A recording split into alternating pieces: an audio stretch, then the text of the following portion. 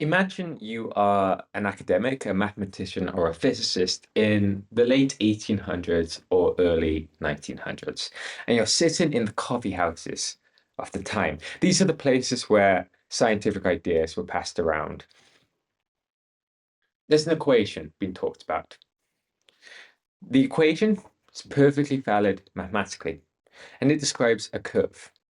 It describes a curve in the positive x-axis that as x goes to 0, the curve shoots up to infinity. Perfectly valid mathematically. But the people in the coffee houses are applying some physics context to that equation. They are saying it describes something called black body radiation. That is the radiation emitted by things like light bulbs or the sun. The consequence is that if you apply this physics consequence to that equation, it predicts that the energy emitted by these black bodies, for example, a light bulb at short energy, asymptotically goes to infinity. Now we know that this isn't true because I can turn this light bulb above my head on and it's not going to destroy the world. It's not going to emit an infinite amount of energy. So the physics context that was being applied to this equation was incorrect. This was called the ultraviolet catastrophe, and is one of the things that led into quantum mechanics. But this story illustrates something else. It illustrates the difference between mathematics and physics.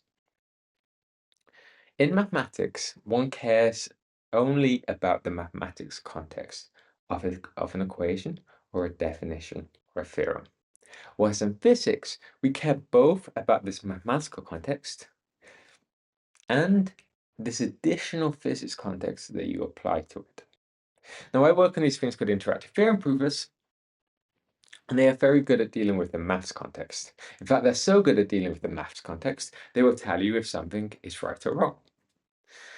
And this is why lots of people working on interactive theorem provers are focused on formalizing or putting mathematics into them. I'm interested in putting physics into them, which means in addition to putting the maths context in, you also have to put this additional physics context. You have to say, what does this describe in the real world? What does this relate to in the world that we exist in? And I think this difference between maths and physics kind of shows that there isn't necessarily the spectrum between maths and physics that people often talk about. People often say you have maths on one side, perhaps pure maths to one end, and experimental physics on the other, and there's a spectrum in between with like theoretical physics somewhere in the middle and applied mathematics close to it or something like that.